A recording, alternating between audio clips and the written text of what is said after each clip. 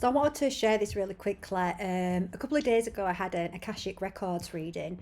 And if you don't know what the Akasha is, if you're watching this video, you may already know what it is. But the Akasha is basically, think of it as a library. It's an energetic library that holds all of our records. So it's all of our records from all of our past lives, all of our possible future lives as well.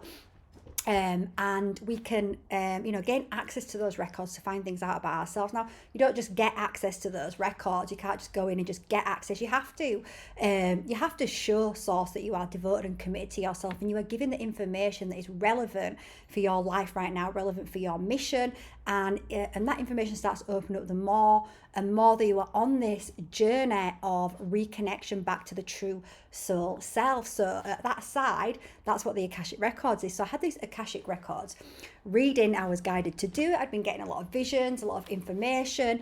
So I had a lot of questions, and it was absolutely incredible. And I may share more about it on my channel. I just wanted to share this little thing because I just thought it was so beautiful. You'll see a few videos on my channel about the body, how the body has been weaponized against us. And I say all the time, the body is our best friend. It's been meticulously designed so that it can house our souls. I mean, that's incredible, right? That's an incredible piece of divine technology. So I'm a real big believer in getting that message out there about the body, how we've got to learn to love our bodies again, because it's been weaponized against us ever since we were children, to get us to hate our bodies, to abuse our bodies. And when I was having this reading, one of the things that I asked for was I wanted to know a little bit more about my galactical family. Because I get information, but I guess as we are human beings, sometimes we can get messages, we can get information, but sometimes we just want that reassurance. We just want someone to say to us, yeah, you've interpreted that right. What actually came through was that whilst yes, really the galaxies are my family, and the Pleiades came through, and I'm very connected to the Pleiades and other star systems, but what they actually said is, here on the ground, your family, the closest family to you, is your body, because your body is an amalgamation of your galactical family.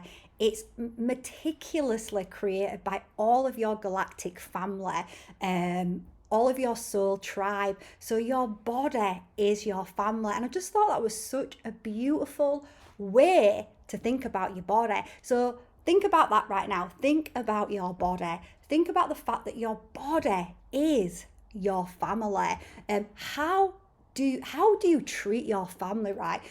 Most people, I know this is not true for everyone, but most people love, care, and cherish their family, and would do anything to defend their family, right? So I was with my family a couple of weeks ago, and we were having a conversation, and my nephew, he is 15, and he's an amazing kid, a wise soul. I can see that already.